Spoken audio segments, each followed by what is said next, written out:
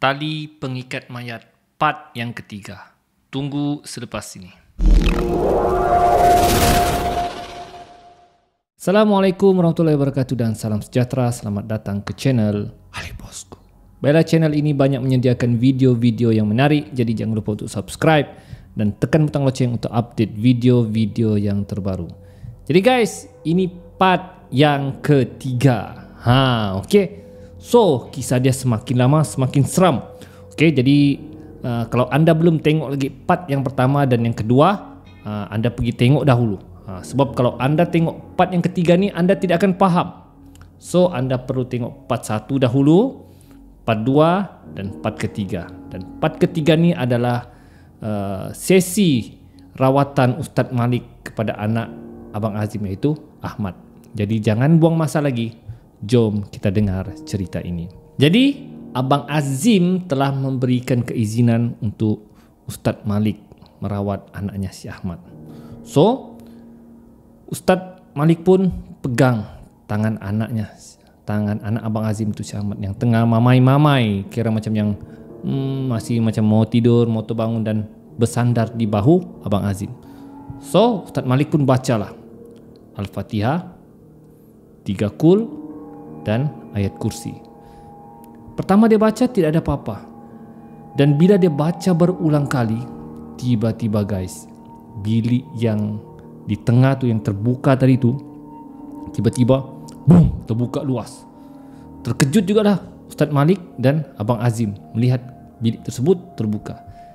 Abang Azim ingin berdiri, tapi Ustaz Malik jangan berdiri. Dia cakap, abang duduk saja. Tapi saya mau tutup bilik tu Ustaz. Ustaz Malik pun tanya, itu bilik siapa tu? Bilik tu lah Ustaz, tempat isteri saya simpan patung si Muhammad tu. Dan di situlah barang-barang yang disimpan, yang di Bomo tu suruh simpan. Abang Azim tak payah pergi bilik tu, biarkan bilik tu terbuka. Mungkin ada gangguan syaitan sedang mengganggu. Kita teruskan merawat si Ahmad ini. Jadi Ustaz Malik meneruskan zikir dan doa kepada anak Abang Azim Syah Ahmad. Tiba-tiba anak Abang Azim Syah Ahmad tu ketawa mengilat. Aku sudah cakap, kau keluar dari rumah ni. Mereka sudah jadi milik aku. Ustaz Malik marah. Siapa jadi milik? Keluarga ini, manusia adalah milik Allah, bukan milik kau. Sekarang aku yang jaga keluarga ini. Aku yang mempengaruhi keluarga ini. Kau jangan cuba menyibuk. Ustaz Malik marah. Dia cakap, jangan ganggu keluarga ini. Cukuplah apa yang kau buat selama ini. Keluar sebelum aku baca doa dan membakar dirimu. Kenapa? Kau tidak tahu apa-apa. Kata yang jin yang merasuk dalam badan si Ahmad tu. Keluarga inilah yang menyeru aku ke sini. Istri Abang Azim ni lah dia cakap yang menyeru aku, ya, memanggil Bomo dan menyuruh aku masuk ke dalam rumah ni. Dia cakap, aku hanya menyamar menyerupai anaknya dan cuba menghasut istrinya. Ya, istrinya kesedihan dan bersetuju dengan apa yang Bomo tersebut buat. Dan kini aku menguasai keluarga ini. Dan tidak lama, satu persatu orang dalam rumah ni aku akan ambil nyawanya. Sebab mereka sudah membawa perkara yang melanggar perintah Allah dalam rumah ni. Mereka sudah tidak boleh buat apa-apa. Ustaz Malik berkata, siapa kata tidak boleh buat apa-apa? Kalau mereka ingin mohon pertolongan Tuhan, kalau saya ingin memohon pertolongan Tuhan, Allah akan perkenankan.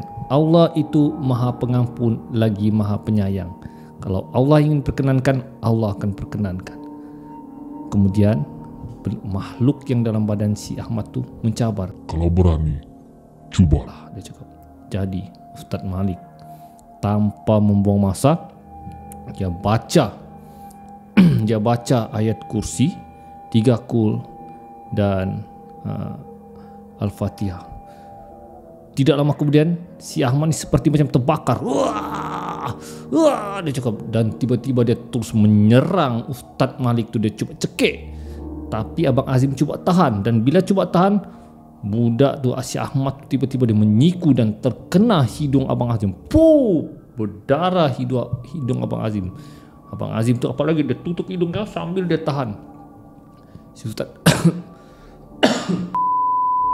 Ustaz Malik teruskan bacaannya dan dia cuba pegang dan baca sekuat-kuat yang boleh. Sekuat-kuat yang boleh. Dia baca doa, dia baca zikir, pastikan tidak putus dan cuba tenteramkan jiwa si Ahmad yang seperti seorang yang kerasukan. Dia cuba cekik, ya, dia cuba cekik Ustaz Malik, tapi Ustaz Malik tidak putus asa, dia terus baca.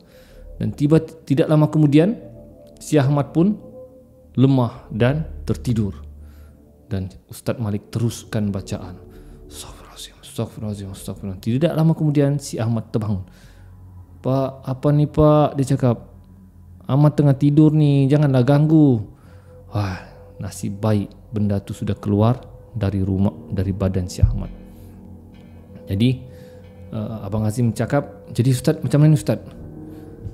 Ustaz Malik cakap, Alhamdulillah, dia cakap, sekarang buat sementara ni syaitan tu, jin tu sudah tidak ada dalam badan si Ahmad ni. Dia cakap, abang bawa dia masuk ke bilik dan tidurkan, ya, tenangkan dia. Sekarang kita ambil patung, ya, patung dalam bilik tu kita akan bakar malam ini juga. Baiklah Ustaz, saya akan bawa anak saya ke bilik dulu dan cuba bincang dengan isteri saya untuk bakar patung tu. Tapi masalahnya isteri awak setuju kah? Ustaz Malik cakap. Dia cakap, peduli Ustaz, itu biar saya atur. Ustaz steady je di sini. Jadi Abang Azim pun bawa lah anaknya ke bilik dan cuba bincang dengan isterinya untuk bakar patung tersebut. Jadi bergaduhlah, ya. Memang sudah isterinya tidak mau, ya. Abang jangan memandai-mandai bakar patung tu. Patung tu milik Muhammad, dia cakap, anak kita. Suami dia marah. Muhammad sudah meninggal dunia, dia sudah tidak wujud dalam dunia. Apa yang kau nampak itu adalah syaitan, dia cakap. Saya tidak mau terjadi apa-apa kepada si Ahmad ni, dia cakap. Tidak boleh, isterinya tetap berkeras juga, dia cakap. Kalau apa-apa terjadi terhadap Ahmad, abang yang akan tanggung. Saya tidak akan maafkan. Pergi dari sini. Pergi, dia cakap. Bawa lelaki itu keluar dari rumah ini. Lantak, dia cakap. Suaminya itu Abang Azim tu. Aku akan bakar patung ini juga. Kemudian Abang Azim keluar dan isteri dia tutup pintu. Keluar dari rumah ini. Keluar dari rumah. Tidak lama kemudian terdengar suara bayi menangis di bilik yang kosong tadi itu. Suara menangis. Dan suara menangis itu tiba-tiba terdengar satu rumah yang mengelilingi rumah tu. Ustaz Malik dan Abang Azim terkejut dengan suara bayi, ya, di sekeliling rumah. Astagfirullahaladzim. Ustaz Malik apalagi teruskan bacaan doa.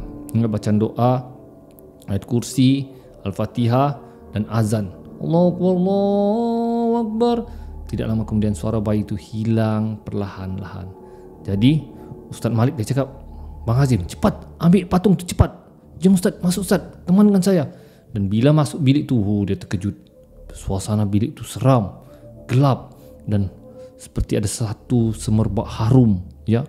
Dan ada satu sosok patung yang macam dibungkus seperti mayat, ya, macam kira pocong kecil lah. Dan Abang Azim pun ambil, dan bila dia ambil dia macam jam. Ustaz Malik tahu, memang dia sudah tengah berkhayal ni. Ustaz Malik tepuk belakang Abang Azim tu. Allahu Akbar. Abang Azim, astagfirullahaladzim. Ustaz, cepat Ustaz, ambil patung ni. Bila orang tengok patung tu, tali pengikat mayat tu tidak ada di patung tu. Bang Azim, mana tali pengikat mayat yang Abang Azim cakap? Tidak tahu, dia cakap. Ada di sini ni. Betul Ustaz, tapi tidak tahu di mana sudah. Dia cakap, okey Ustaz, tidak apa. Abang Azim ambil minyak petrol kah, minyak diesel kah, luar kita bakar patung ni di luar juga. Baik. Jadi Ustaz tu ambil patung tu dan bawa keluar rumah dan letak di tanah. Tidak lama kemudian Abang Azim tu datang, dia siram dan mereka segera bakar. Sambil bakar tu Ustaz Malik baca doa, baca zikir, dan ketika api patung itu terbakar, tiba-tiba muncul satu ekor ular hitam mengelilingi patung tersebut. Terkejut Abang Azim dan Ustaz Malik. Astagfirullahaladzim, ular dari mana nih? Dan ular tu berdiri dan melihat Abang Azim dan Ustaz Malik. Ustaz Malik teruskan bacaan doa, teruskan zikir, teruskan doa, hingga ular tu pergi masuk ke semak dan menghilangkan diri. Ustaz, apa tu Ustaz?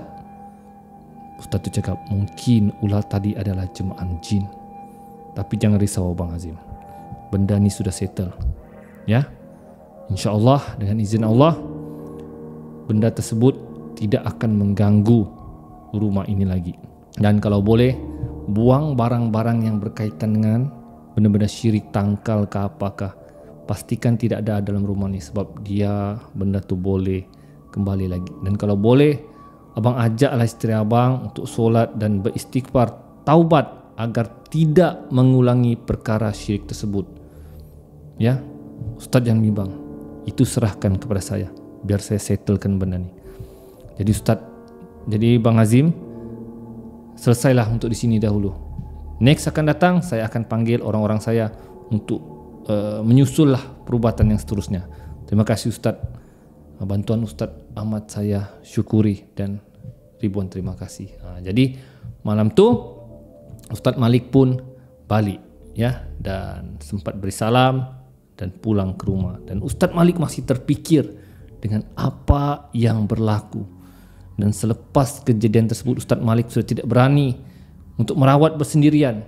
Kalau boleh dia rawat dengan rakan-rakannya, sebab dia tidak mau kejadian yang seperti berlaku di rumah tu berulang sekali lagi. Jadi guys, itulah dia kisah tali pengikat mayat. Dan setakat itu sajalah cerita yang saya dapat. Saya tidak tahu lagi apa yang telah berlaku dengan Abang Azim dan isteri dia dan adik. Adakah mereka kembali pulih ataupun sebaliknya, wallahualam, hanya Tuhan yang tahu. InsyaAllah kalau saya dapat info seterusnya, InsyaAllah saya akan kongsikan dengan anda. Jadi banyak pengajaran daripada kisah ini. Kisah ini menyarankan kita agar tidak melakukan perkara syirik. Ya, syirik ni kita menduakan Allah dan jatuh dalam Islam, dia jatuh kepada kafir. Dan orang yang melakukan syirik kepada Allah menempah masuk ke dalam neraka. Jadi janganlah buat perkara-perkara syirik. Seseorang yang telah pergi itu adalah qada dan qadar daripada Allah. Itu adalah takdir. Qada dan qadar adalah sebahagian daripada rukun iman. Jadi kita perlu kena redha dengan apa yang terjadi. Ya, tidak perlulah memuja jin syaitan untuk mengembalikan orang yang sudah telah pergi. Dan kalau ada pun kembali, itu pun bukan manusia sebenarnya, itu adalah jelmaan jin dan syaitan. Dan jangan putus berdoa, jangan putus solat.